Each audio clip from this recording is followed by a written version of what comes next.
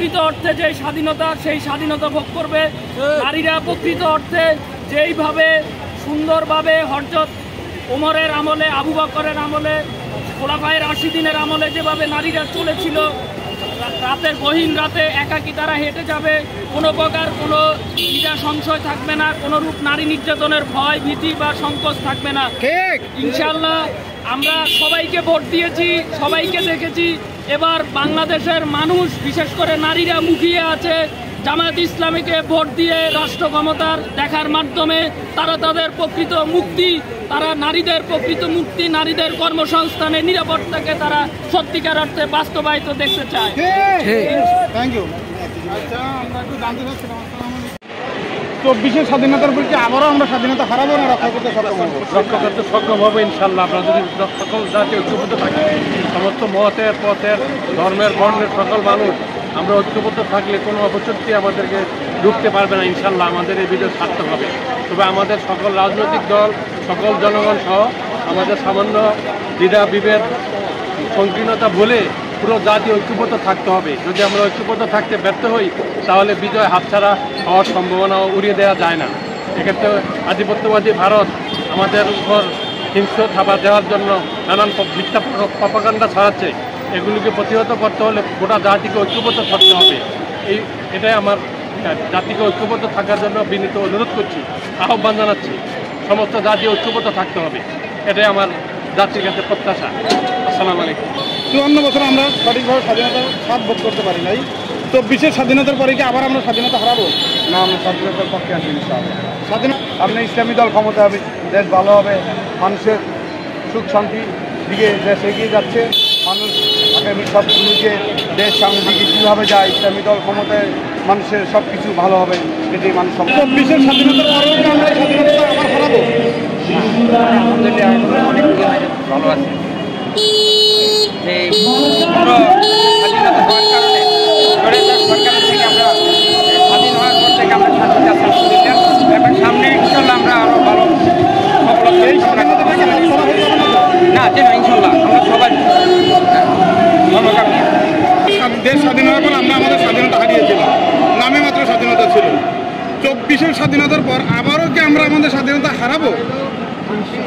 আমরা যে স্বাধীনতা পেয়েছি, এই স্বাধীনতা আমরা আর কখনো হারাতে দেব না ইনশাআল্লাহ। কীভাবে রক্ষা করব? আমরা এদেশের জনগণকে সাথে নিয়ে ইনশাআল্লাহ আমরা দেশপ্রেমের অঙ্গীকার নিয়ে আমরা সামনে এগিয়ে যাব এবং সকল ধরনের চ্যালেঞ্জ মোকাবেলা করে, সকল ষড়যন্ত্র প্রতিহত করে আমরা ইনশাআল্লাহ এই স্বাধীনতা রক্ষা করব। আচ্ছা, জামাতে ইসলাম কেমন ধরনের লিডার তৈরি করতেছেন? এটা কি দুর্নীতিবাজ, চাঁদাবাজ নাকি ভালো, কোনটা?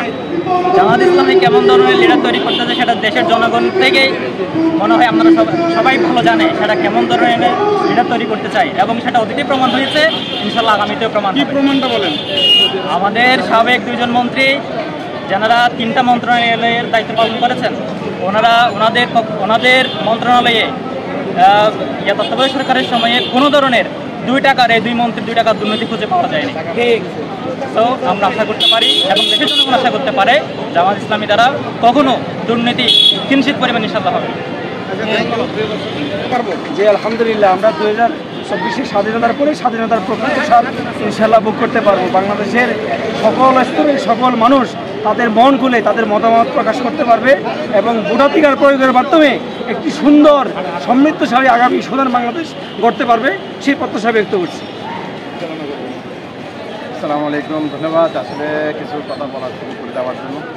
আমি মনে করি আর কি জামাত ইসলামের শুরু থেকে যে কর্ম পরিকল্পনা অত্যন্ত কোরআন হাদিসের ভিত্তিতে সুদক্ষ পরিকল্পনা, একটা দেশকে একটা মান উন্নয়নে, একটা দেশ উত্তীর্ণ অর্থাৎ কালোত্তীর্ণ করে রাখার জন্য আল্লাহ রসুলের শুরু থেকে, ইসলামের শুরু থেকে, অর্থাৎ আমি বলতে চাচ্ছি হযরত আদম আলাইহিস সালামের শুরু থেকে হযরত মুহাম্মদ ইসলাম পর্যন্ত যে কর্মসূচি নিয়ে পৃথিবীকে আলো দেখিয়েছেন, ঠিক জামাত ইসলাম ঠিক একই কর্মসূচি নিয়ে যেহেতু চলে আসছে এবং বিরামহীনভাবে পরিকল্পনা মাফিকভাবে দেশকে এগিয়ে নেওয়ার জন্য সুচারুভাবে কর্মসূচি নিয়ে আসছে। এই পরিকল্পনা আল্লাহর বিধান অনুযায়ী অভ্রান্ত অমোঘ বাণীর ভিত্তির উপর প্রতিষ্ঠিত।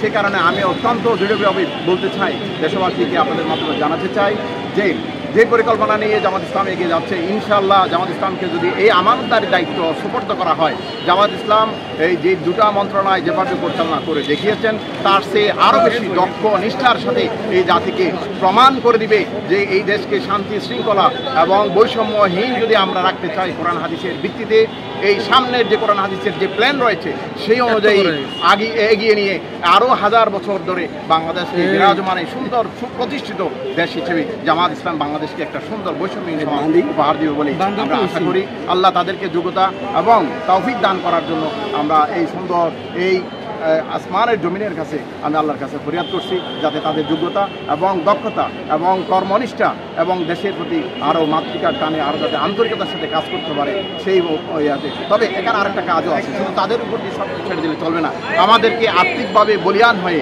এবং নিজের নৈতিকতা সমৃদ্ধ করে মাননীয় আল্লাহর রহমত বরকত পাওয়ার জন্য সেই উপযোগী মানুষকে তৈরি করতে হবে, নিজেদেরকে তৈরি করে। শুধু সব কিছু জামাত ইসলাম জামাতের উপর দিয়ে চালিয়ে দিয়ে চলবেন, তাদের উপর জোয়াল দিয়ে আমরা এখানে বসে থাকবো, আমাদের নিজের মতো যে কর্মসূচি পরিচালনা সেটা চলবে না। কারণ নিজের ভাগ্য না বদলাইলে আল্লাহর পক্ষ থেকে ভাগ্য ছিলেন। আল্লাহ হযরত মুসা আলাইহিস সালাম একটা সাম্রাজ্যের বিরুদ্ধে ফেরাউনের বিরুদ্ধে যুদ্ধ পরিচালনা করছিলেন, 40 বছর পরে ফেরাউনের পতন হয় এবং মুসা আলাইহিস সালাম আল্লাহুম্মা আতি সালাম আমওয়ালিহিম ওয়া আওলাদিহিম ওয়াসতুক আলা কুলুবিহিম এরকম দোয়া করছিলেন। নূহ আলাইহিস সালাম দোয়া করছিলেন রব্বি লা তাযার আলাল আরদি মিনাল কাফিরিন দাইয়ারা। তখনকার ওই সময়ের মানুষ যদি তাদের নৈতিক বলিয়ান হয়ে কোরআন হাদিসের কর্মনিষ্ঠার মধ্যে তাদের প্রেরণা যদি তারা বাস্তবায়ন রাখত, তাহলে ফেরাউনের মতো নূহ আলাইহিস সালামের মতো এই জাতির তাদের নিষ্ঠুরের শিকার হতে হতো না। সুতরাং এই জন্য আমি বলছি শুধু জামাত ইসলামের দায়িত্ব নয়, আমাদেরকে নৈতিক মানে যে যেখানে আছি, যেমন যারা ব্যবসা বাণিজ্য করে তাদের ব্যবসার মানদণ্ড শরিয়া কী চায় সেই আলোকে ব্যবসা বাণিজ্য করতে হবে। যারা শিক্ষকতা করে সেই অনুযায়ী শিক্ষকতা জাতিকে আমি কী দেওয়ার জন্য আমি দায়িত্ব নিয়েছি সেই দায়িত্ব করে, যারা ব্যাংকে চাকরি করে, যারা সচিবালয়ে চাকরি করে আমি আমার বেতনটা হালাল কিনা এবং আমি আমার জাতির সাথে প্রতারণা করছি কিনা, কোরআন হাদিস অনুযায়ী আমি চলছি কিনা, সেই অনুযায়ী আমাদের প্রত্যেকের রাষ্ট্র গঠনের জন্য আত্মনিয়োগ করতে, এবং এটা ফরজ কাজ, এটাই ফরজ কাজ। সুতরাং জামাত ইসলামের উপর শুধু দায়িত্ব দিয়ে আমরা থাকবো, আমরা আমাদের আখের গুছাবো, এটা হতে দেবো না। জামাত ইসলাম যে কর্মসূচি চাই আমাকে সেই কর্মসূচির মাধ্যমে বলিয়ান হতে হবে। সুতরাং আপনাদের মাধ্যমে আমি দেশবাসীকে জানাতে চাই, উদাত্ত আহ্বান জানাতে চাই, আপনারা একবার কোরআন হাদিসের মাধ্যমে প্রতিষ্ঠিত দলকে দেখেন, দায়িত্ব দিয়ে দেখেন, আল্লাহর রহমতে তারা অত্যন্ত সুন্দরভাবে হযরত ওমর ইবনে আব্দুল আজিজ যেভাবে দায়িত্ব পালন করে গেছেন, সেই দায়িত্ব আলা মিনহাজ নবুওয়াত রাসূলুল্লাহ সাল্লাল্লাহু আলাইহি ওয়াসাল্লাম, আলা সাবিল রাসূলুল্লাহ সাল্লাল্লাহু আলাইহি ওয়াসাল্লাম, আলা সালাফের ভিত্তিতে আসহাবের রাসূলের সাহাবাদের এবং সালাফদের ভিত্তিতে ওমর ইবনে আব্দুল আজিজের কর্মসূচি, আল্লাহ রাসূলের যে কর্মসূচি সে অনুযায়ী জামাত ইসলাম আছে এবং সামনে থাকবে, জাতিকে নিয়ে এই সুন্দর বাংলাদেশ পুরো বিশ্বের মধ্যে একটা মডেল রাষ্ট্র হিসেবে গঠন করবে এই আশা ব্যক্ত রেখে আমি আপনাদের মাধ্যমে পুরো দেশকে পুরো বিশ্বকে আমরা আমাদের সহযোগিতা করার জন্য আমরা উদাত্ত আহ্বান জানাই। আসসালামু আলাইকুম ওয়া রাহমাতুল্লাহি ওয়া বারাকাতুহু।